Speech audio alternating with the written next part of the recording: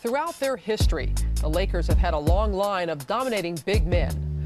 George Mikan, Wilt Chamberlain, and Shaquille O'Neal overpowered opponents with size and strength. But Kareem Abdul-Jabbar ruled the middle in a different way, using agility and finesse. Kareem was a true giant of the game, and he's featured this week on Vintage NBA. 100 points. 2 seconds. 1 second. West throws it up. He makes it. Now there's a steal by Bird. Underneath the DJ. Lays it in. Oh, a spectacular move by Michael Jordan. Yes, basketball has changed. It's always been a great game, but now it has a new spirit. He dunks like Dr. J. He might be the new Iceman. The modern day Wilt Chamberlain.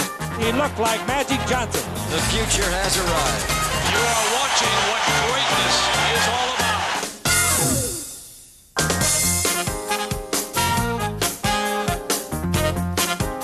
Hello again, everyone, and welcome to Vintage NBA. I'm Robin Roberts. Kareem Abdul-Jabbar set a standard of excellence that is unmatched in NBA history. And over the next hour, we'll look back at his incredible career. Abdul-Jabbar had perhaps the game's most devastating weapon, the skyhook, and he used it to become the NBA's all-time leading scorer.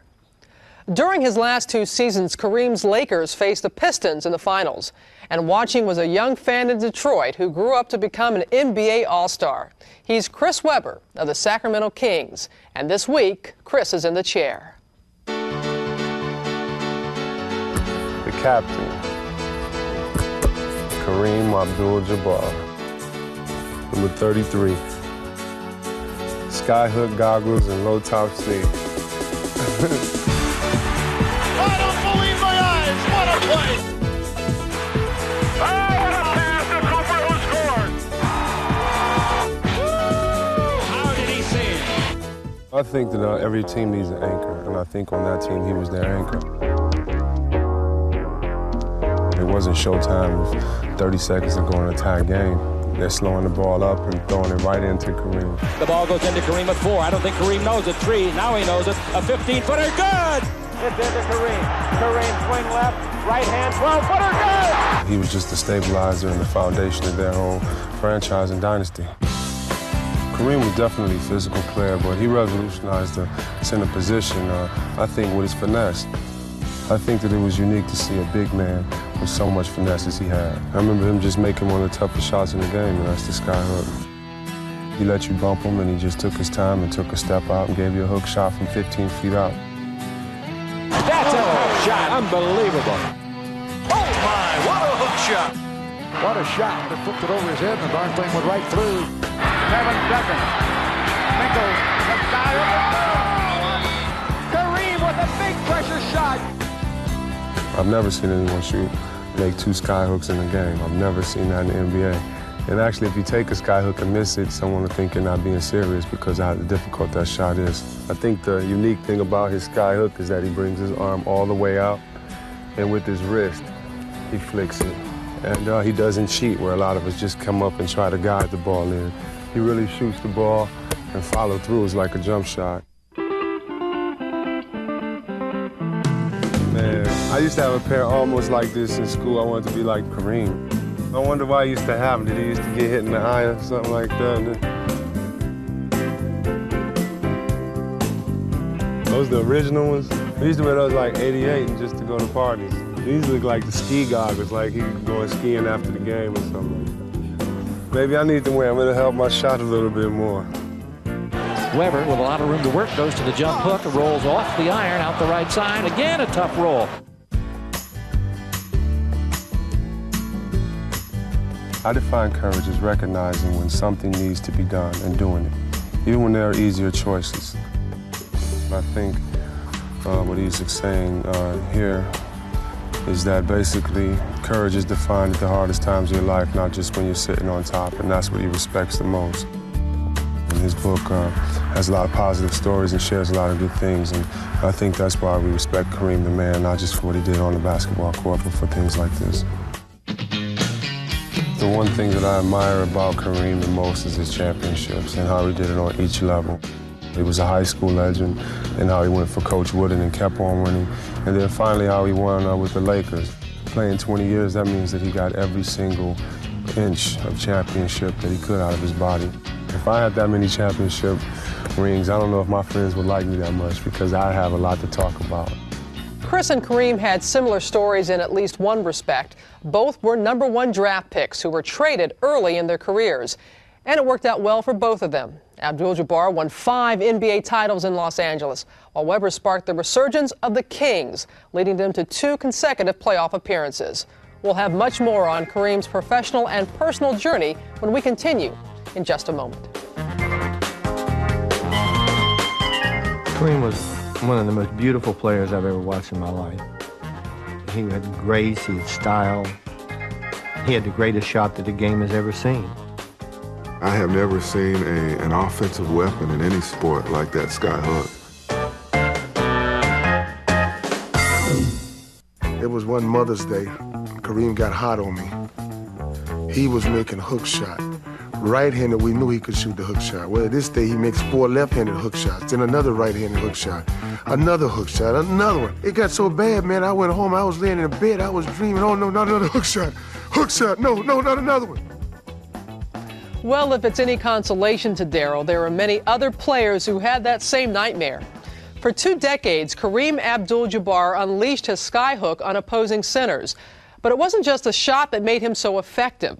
It was his rare combination of size, skill, and agility.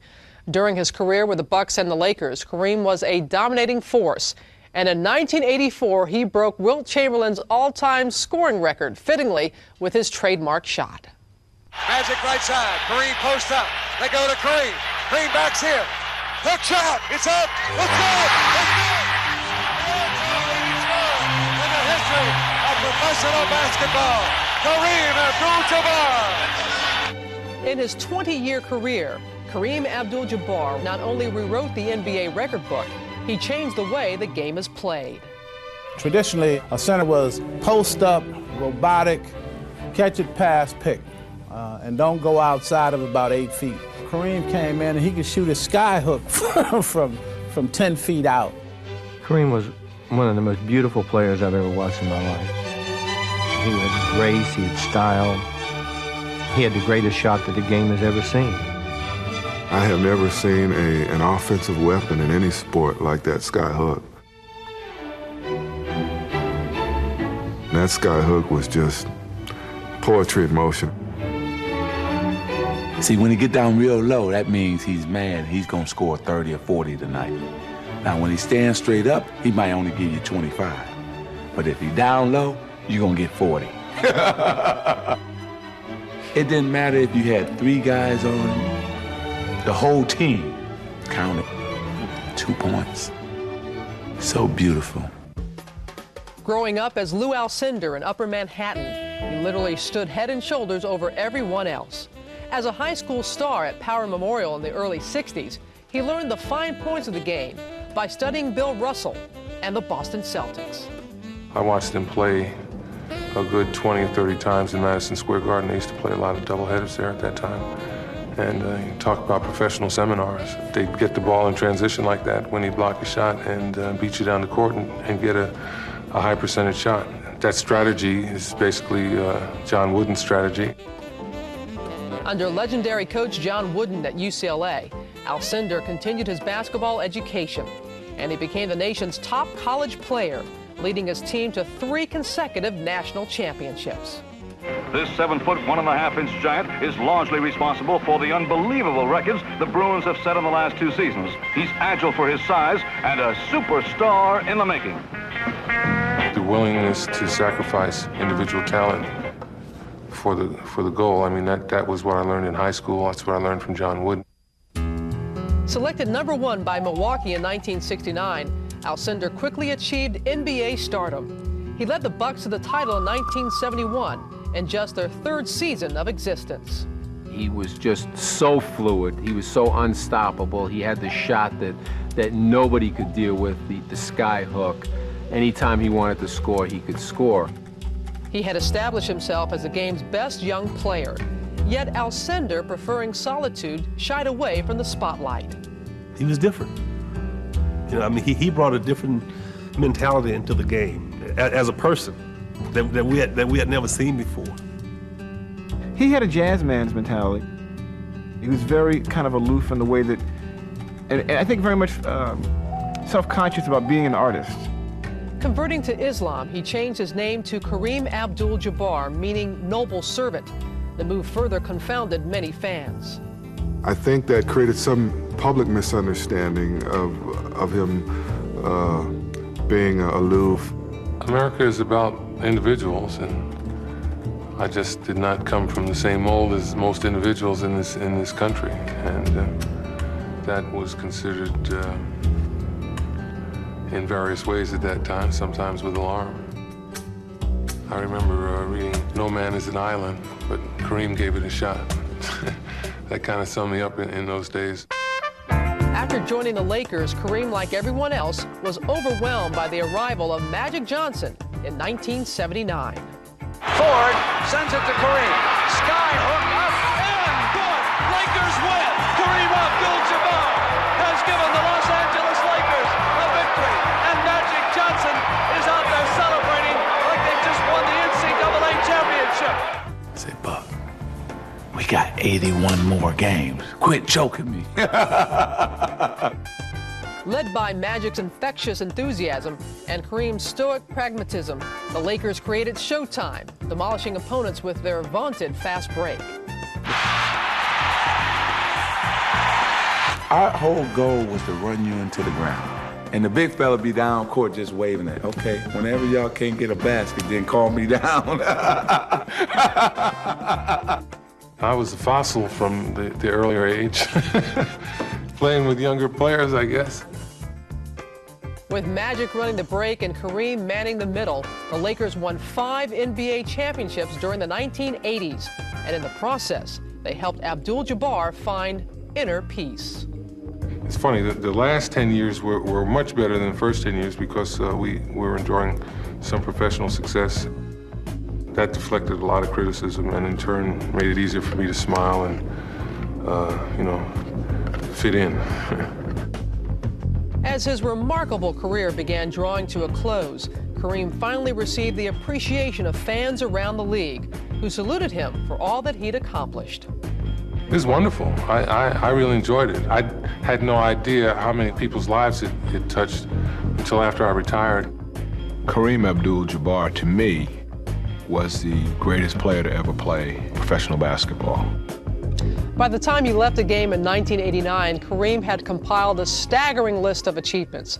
Among them, a record 19 All-Star selections, 6 MVP awards, and 6 NBA championships.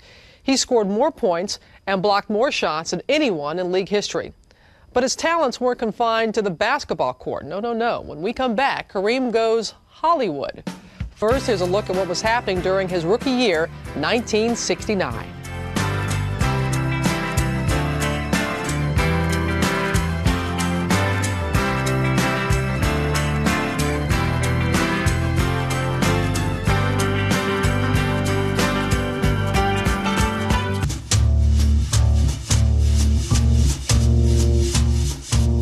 Welcome back, everyone, to Vintage NBA.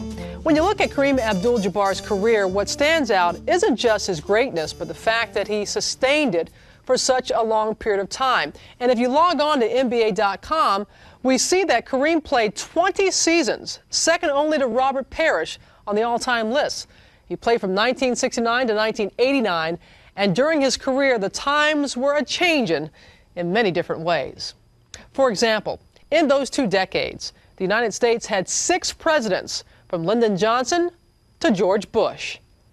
Music evolved from folk and rock in the 60s to the disco era of the 70s, to the beginnings of rap in the 80s. Of course, fashion styles changed from tie-dyed shirts and bell-bottoms to leisure suits and platform shoes, and then skinny ties. Then things came back full circle when bell-bottoms came back. Fortunately, the leisure suits haven't. Kareem started in the time of hippies and left in the age of yuppies. The top-rated TV show in Kareem's rookie season was Rowan and Martin's Laugh-In. When he retired, it was Roseanne. The #1 movie star in 1969 was Paul Newman, and by '89, it was Jack Nicholson. During that time, Kareem himself was learning the movie and entertainment business from both sides of the camera. He pursued his interests while spending most of his career near Hollywood, first at UCLA and later on with the Lakers. Kareem combined his interest in movies with his interest in martial arts when he co-starred with karate expert Bruce Lee in the action flick Game of Death. But everyone seemed to get a kick out of his role as a co-pilot in the 1979 comedy Airplane. Kareem then landed in a different kind of role when he began posing questions to other athletes as a TV sports reporter. Moving to the other side of the camera, he founded his own production company, where one of his first films dealt with the civil rights movement of the 1960s and starred James Earl Jones. I'm very happy that Kareem has found a way to take all that energy and also to bring his ethnic awareness and his American awareness to help deal with the stories that are unsung. For Kareem, he found the role of producer as exciting as manning the pivot. Well, each has its challenges, and I think each has its own special rewards. A job well done, though, is a kind of universal satisfaction. Long a student of history, Kareem devoted several of his film projects to historical subjects, including a film on an all-black Army battalion in World War II. He also wrote a book called Black Profiles in Courage, focusing on the contributions of African Americans. Kareem made plenty of history himself during his playing days, including the day in 1972 when he played in one of the NBA's most famous regular season games. And you'll see it when we come back. Stay with us.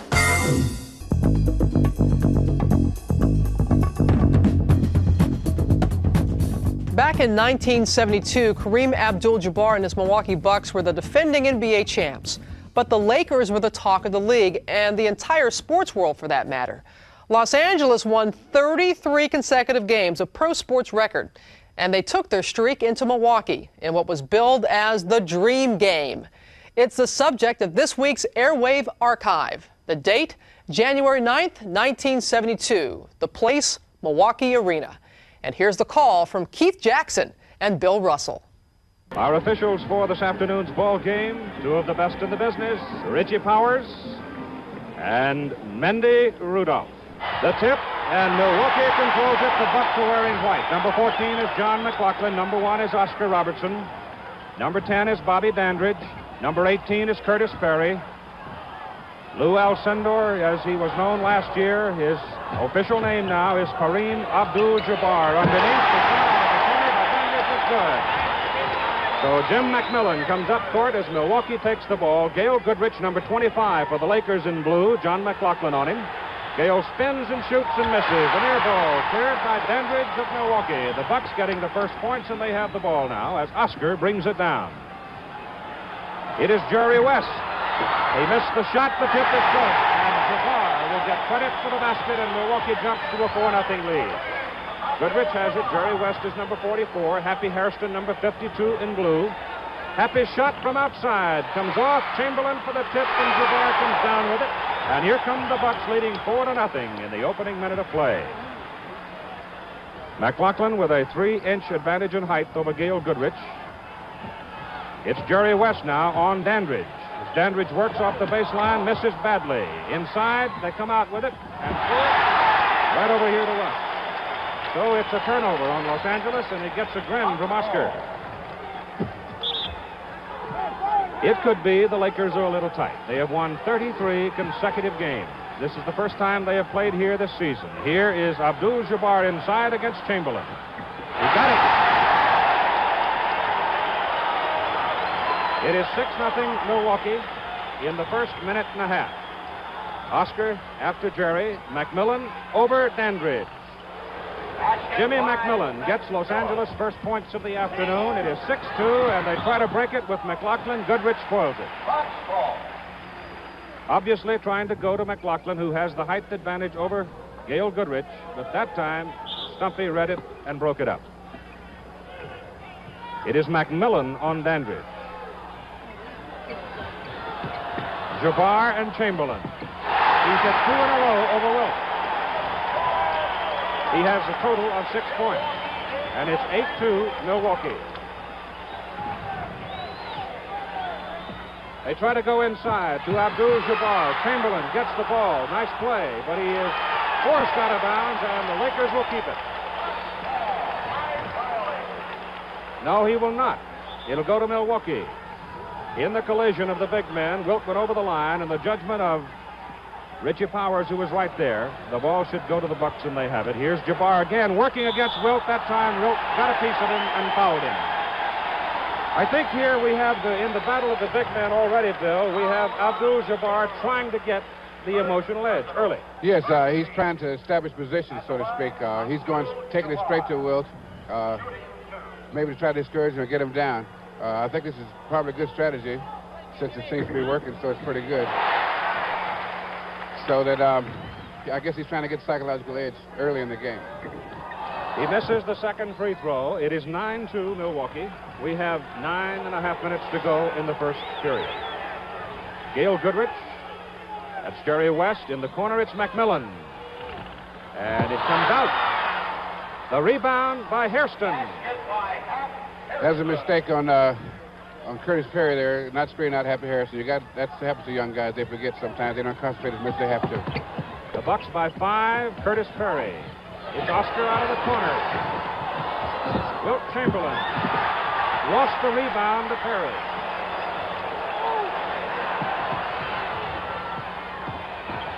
Dandridge.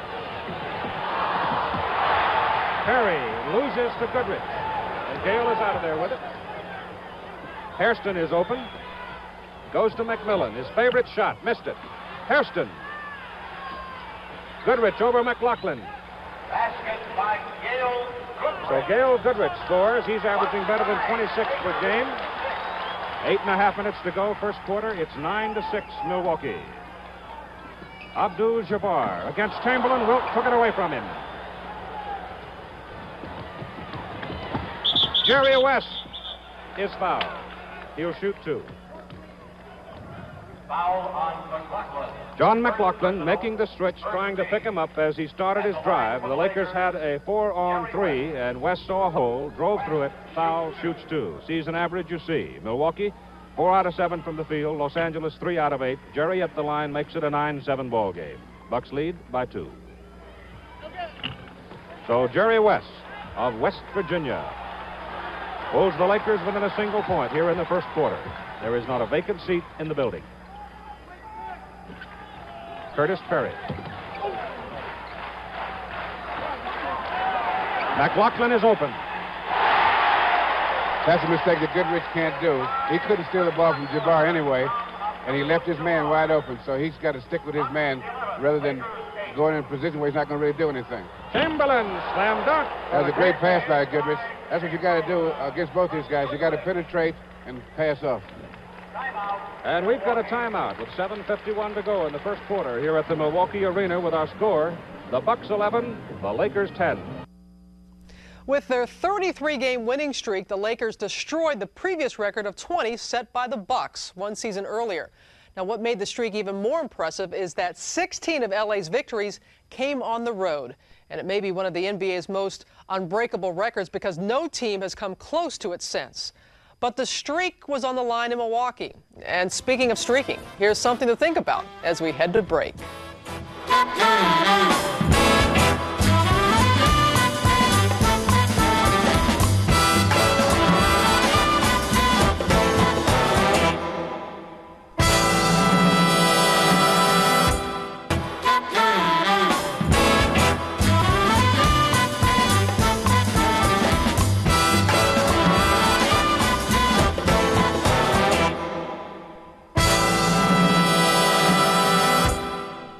We all know that Wilt Chamberlain's greatest rival was Bill Russell, but perhaps his toughest matchup was Kareem Abdul-Jabbar. When Kareem entered the league, Wilt said it was the first time he actually needed help in guarding an opponent. And it was especially tough in January of '72, as Wilt was in the twilight of his career while Kareem was in his prime. With the two big men going head-to-head, the Bucks lead by 7 as we pick up the action in the third quarter. Jerry West on Oscar. Dandridge finally gets outside to help. McLaughlin, 3 inches taller than Gail Goodrich, gives it to Dandridge, who got away from McMillan, missed the shot. Slapped out. Goodrich gets it to McMillan. But the fast break is spoiled. Here's Jerry West, 3, 22-footer, good. Basket by Jerry It's West. a 5-point Milwaukee lead. Long pass down to Jabbar, who gets loose for his hook. Now, Keith, he didn't fool around that ball at all. He went for the hoop right away, and when he's doing that, he can shoot. He can really shoot. That's the kind of shots he wants to get. He has 21 points. Wilt Chamberlain with 4 fouls. Didn't want to commit himself. Didn't want to get in trouble. He's never fouled out of a game, but he's got 4 right now. Here's McMillan missing. Forced the shot. Chamberlain right there for the rebound. Right time, right place. Now, Kareem had gone out then, as he should have. Jabbar again over Wilt Chamberlain. And it's a 7-point Milwaukee lead with 8.5 minutes to go, third quarter. The Lakers with a 33-game win streak. Here's Hairston. And the foul. Harvey took it up, trying to slam it through there. Curtis Perry was right there and got too much of it. It was almost a block. At the line, Hairston. But not quite. Hairston shoots 2. Happy with 13 rebounds and 8 points. Makes the first one. 8:25 to go, third quarter. Hairston's second shot. A 5-point Milwaukee lead. 61, Lakers 56. Robertson and West. Oscar shoots. Oh. Has nothing to do with that. Just cry for help. Help. That's right. Just yell. Lean back and holler as loud as you can.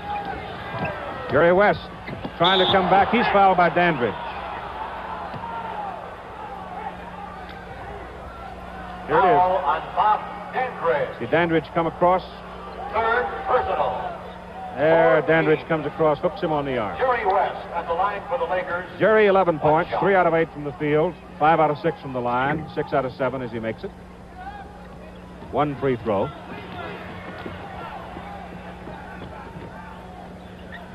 In it goes for Jabbar. Chamberlain takes it away. Leaves it for Goodrich. Ball is slapped loose, right to West. Jerry takes it all away. No basket. No basket. He's pointing at Happy Hairston for a foul, blocking prior to the shot. Offensive foul, Hairston. Third personal. Oscar had a hand jammed, but shaking it off. You know, when you commit those kind of fouls, you want to go someplace and hide.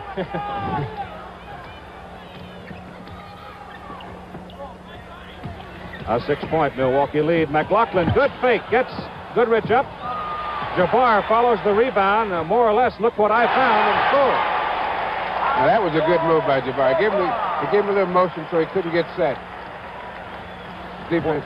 25 points now for Kareem. The Lakers are down by 8. Chamberlain gives it to Hairston. Jabbar, clean block. Beautiful play by Kareem Jabbar. Curtis Perry missed the shot. Loose ball. It's against Perry. Let's go back and look at the block. Loose ball foul. Now, Kareem moved earlier than he usually does. That's why he was able to get it. See, he has to go out first. That was his 4th blocked shot. And Bill Sherman, coach of the Lakers, disturbed the way things are going in the ball game.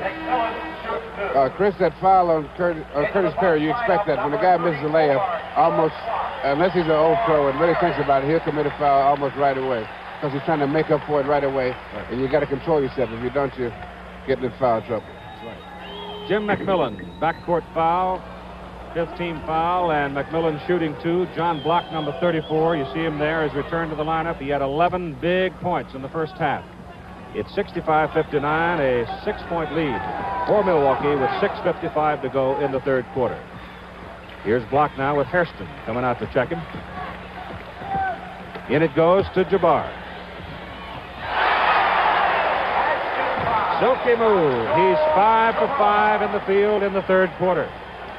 You notice he's not fooling around the ball as much now, kid. He's not dribbling and turning his back and jockeying for position. He's just taking the ball and shooting it. Plus, Wilt has 4 fouls, so he cannot afford to be as aggressive as he might ordinarily be, and a brilliant effort by Jim McMillan. So 6:20 to go in the third quarter. Oscar comes down with the ball, calls the signal, sends Block to the other side of the court. He wants to work it. Goes inside to Jabbar. Now it's the Block to McLaughlin. Here's Oscar, short. Wilt the rebound. Knocked loose and out of bounds. Los Angeles will keep it. Here comes Wally Jones into the lineup, replacing John McLaughlin for Milwaukee. 67-61. 6 minutes to go in the third quarter. We move inside 6 now as Jerry West comes down. Drives against Block. No place to go with it. Goodrich has had his troubles with Wally Jones. Wally's done a pretty good job against Gale when he's been in there, and he's in there right now. Here's Gale loose for a shot, and a great assist by Jerry West. He penetrated, forced him to come to him, and set Gale up. See, Wally dropped off again to try to help out. You can't do that. You got to stay with your own man, especially with a good pass as West is. You got to stay with your own man, no matter where he goes. Here's Jones trying to retaliate against Goodrich and not able to do it. Hairston way up. That foul's on Block. John Block. And that is 4 personals on Block, and the 5th, we're now in the penalty situation. And we've got 5:21 to go in the third quarter, and it's right now a 4-point lead for the Milwaukee Bucks over the Los Angeles Lakers at 67-63. So the Bucks are making a strong bid to stop the Lakers' winning streak at 33. Actually, Wilt claimed he wasn't all that impressed because he once played for the Harlem Globetrotters, who won 400 games in a row, all of them on the road. But the Lakers streak was a little bit more legit, and it lasted for more than 2 months. Jerry West said the team was on one of those rolls where they could do no wrong. Every night it was something different. It was either a good defensive play or just an incredible offensive night. And all of a sudden we get to 15, and well, I think we have 17 or 18, and then all of a sudden we're at 21. And after that, it really got easy. Kareem led the charge. He stepped up. His game really improved. It had to improve. He started to play against a lot of better basketball players, a lot of bigger players who were almost just as tall and big as he was, who understood the game as well, but they couldn't stop Kareem off the pivot. Oscar finally won his first NBA title when he teamed up with Kareem on the 71 Bucks. Their challenge now is trying to stop the red-hot Lakers and end the longest winning streak in sports history. Milwaukee has been in control most of the way, and they still have a 7-point lead as we head back to the action for the start of the fourth quarter. The Los Angeles Lakers 33-game win streak on the line as we go to the final 12 minutes, and Jerry West comes out of there with it. Been a great ball game to this point, and Jim McMillan hits the first bucket of the final quarter. And the Bucks are leading by 5. As Wally Jones, Lucius Allen, Bobby Dandridge, Curtis Perry, and Kareem Abdul-Jabbar take the floor for the Bucks. Jerry West is guarding Lucius Allen. Glenn Robinson, Jim McMillan, Wilt Chamberlain. Good play as McMillan sets it up for Glenn Robinson, and he breaks away to score it. And now the Lakers are down by only 3. 84-81. Into Abdul-Jabbar for a hook. He missed it. The high rebound, and a whistle and a foul. First ball foul, Curtis Perry, I thought, 18. So Curtis Perry now with 5 personal fouls. John Block is on the bench for the Bucks with 5 personal fouls. Wilt Chamberlain has 4. Bobby Dandridge 4. Jerry West shot too flat. Rebound Perry for the Bucks. Kobe Kimball has not been in the game. He represents size and strength if they need to go to him. Very few substitutions, actually, at the front line positions. Here is the shot up and off, and Jerry West comes out of it. It's a 3-on-2. A pass for McMillan, and it gets away. So a turnover for Los Angeles, and that's 20. 20 turnovers. Oscar Robertson is back in the lineup for Milwaukee with Lucius Allen in the backcourt. Here comes John Block back into the ball game for the Bucks. So he joins Perry and Jabbar on the front line. I just ran down the fouls for you, so here we go. With 10:45 to go, you pretty well know where we are. A 3-point Milwaukee lead. Jabbar against Chamberlain. Inside. Lucius Allen sneaking in. You notice McMillan came out trying to help. Right now, when McMillan's over there double teaming Jabbar, that means his man is free, so you got to look for the loose man. McMillan. Basket by Jim. And it's now a 3-point lead again for the Bucks. It has been said that this man with the ball, Oscar Robertson, is the most stabilizing influence in basketball. We'll see. John Block. Boy, I'll tell you, he's torn a hole in the Lakers today. He's got 15 points. And Allen almost stole the ball.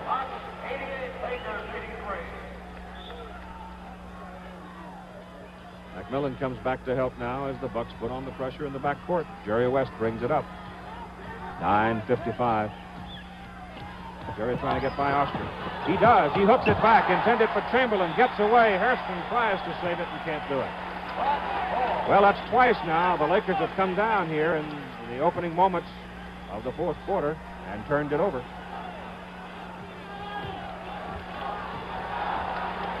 I think at this point the Bucks are getting better shots than the Lakers are. Although the Lakers are running in and making the shots, they're not the shots that I think they would like to get. Oscar feeds it in to Curtis Perry. He gets the bucket. Milwaukee 17 out of 29 from the field in the second half. Wow. That was Perry's first point. Here's Glenn Robinson in traffic. Gets it up. Oh, it's good. Basket counts. He was fouled. By Glenn Robinson. Take a look at it. And the foul is on Abdul-Jabbar. That is his third personal foul. Shooting one. Glenn got it up. It danced around a little, but fell the right way. And he makes a 3-point play. Milwaukee leading by 4. 9:10 to go in the ball game. Very much a major league contest, as we suggested at the outset. Jabbar double team, slapped loose as Robinson came around the blind side. That's dangerous stuff Robinson's doing. He's leaving the man free. If Jabbar can keep that ball up over his head, he can hit the free man pretty easily. Lucius Allen goes to Kareem. Lucius. Block with it. Look out for this man. He's been closing all day. He has 17 points. And it's a 6-point Milwaukee lead. And a sign of experience in that he has 5 fouls. He's playing pretty much the same way he was playing before. And you have to know what you're doing when you do that. Robinson is open. He hit it. Lucius Allen got caught in traffic and took a whack on the side of the head, and Glenn Robinson got loose for his 13th point. They're making those shots, Keith, but those are not necessarily good percentage shots that they're making, that the Lakers are making. They're pretty long shots. Here's Allen. Goaltending called against Chamberlain. Or is it McMillan? Allen, 7 out of 10. 94, 88, 8-10 to play in a game. The Lakers' 33-game win streak right on the line. Jerry hit. It gets away with it. Here's Glenn Robinson outside with a howitzer that's good. Maybe those are the shots they want to take. Well, you know, the other night in Atlanta, the Hawks were very much in it Friday night. Flynn came out and started the second half of that ball game for the Lakers and hit 4 in a row, and that quick it was all over. So they need some of the outside firepower. He's 6 out of 11 from the field. Oscar comes right back down. This time he cannot retaliate with the points, and it is off the hands of Curtis Perry out of bounds. Here comes Gail Goodrich back, and Glenn Robinson leaves for Los Angeles.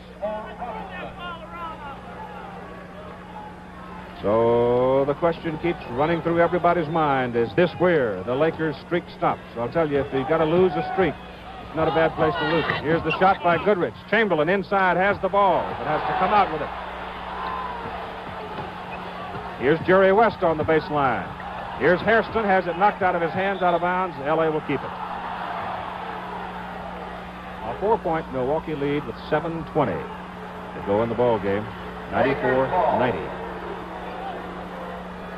Hairston. He's working against blocks. Offensive foul, Hairston. Nice call, ref. That wasn't too obvious. Happy Hairston has 4 personal fouls. 7-10 to play in the ball game. Bucks up by 4. Lucius Allen. Happy Hairston the rebound. Double handful of them. Jerry West. Tip. Chamberlain. Basket by Chamberlain. 2-point Milwaukee lead. 94-92. 6:40 to play. Oscar back to Jabbar. Slammed it. 33 points for Abdul-Jabbar. Goodrich. Oh, halfway down, came out. John Block slows it down. Time call by the Milwaukee Bucks. 6 minutes, 23 seconds to play in the ball game here at Milwaukee Arena. Our score, Bucks 96, Los Angeles Lakers 92.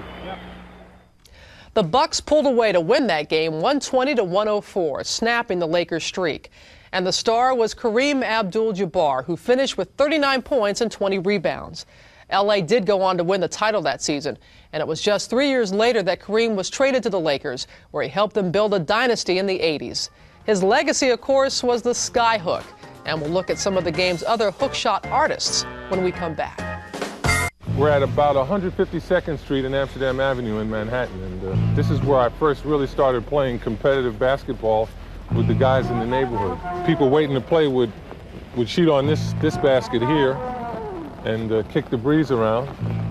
The main goings-on, though, was on the full court. We'd run up and down this full court. It was very important to look good out here in front of all the folks, and this was just our little place where we competed. You know, it's too bad Kareem couldn't have had a nicer day to visit his old playground instead of walking in the rain like that. But it did bring back memories of when he first started raining skyhooks on opponents. He actually invented the shot back in 4th grade. Kareem found it was the only way he could get off a shot without having the ball slammed back in his face. It's kind of hard to believe, isn't it? It became his greatest weapon, but he wasn't the only player with a deadly hook shot. From the early days of the NBA, there was George Mikan, who even had the Kareem-like goggles.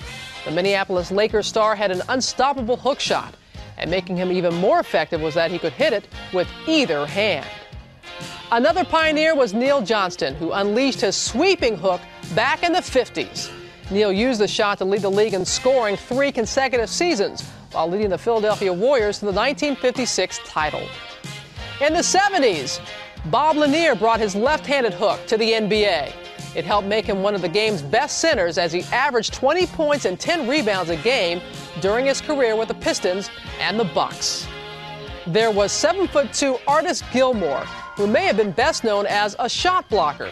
But Artis had plenty of offense, including the hook that helped him shoot 60% from the field during his career, the highest percentage in NBA history.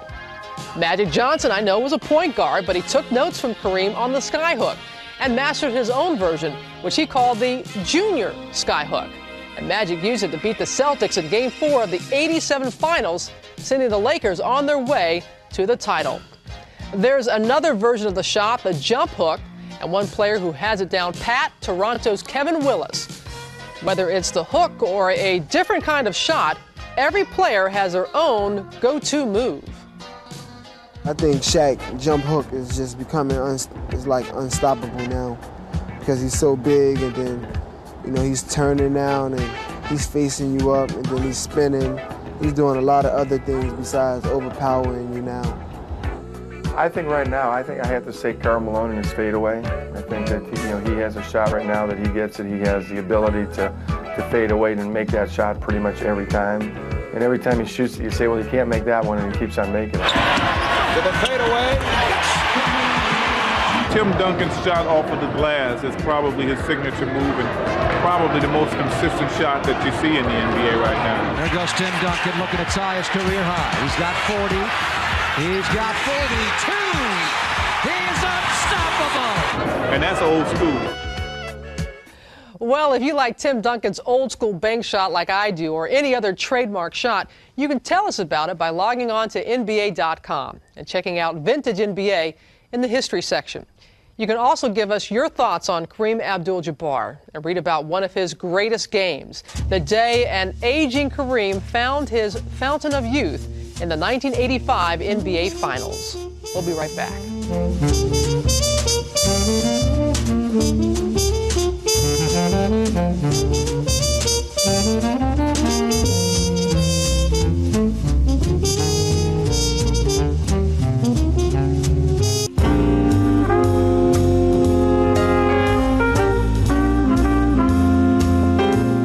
With a player of Kareem Abdul-Jabbar's stature, one simple retirement ceremony wouldn't do him justice.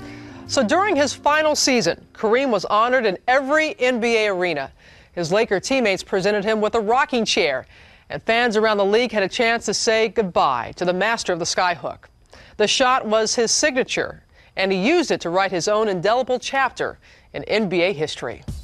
That's it for this edition of Vintage NBA. So glad you could be with us. I'm Robin Roberts, and we'll look for you again next time. Take care. It may be the last time we shake hands. It may be the last time we make plans. But whatever happens, thank you from the bottom of my heart.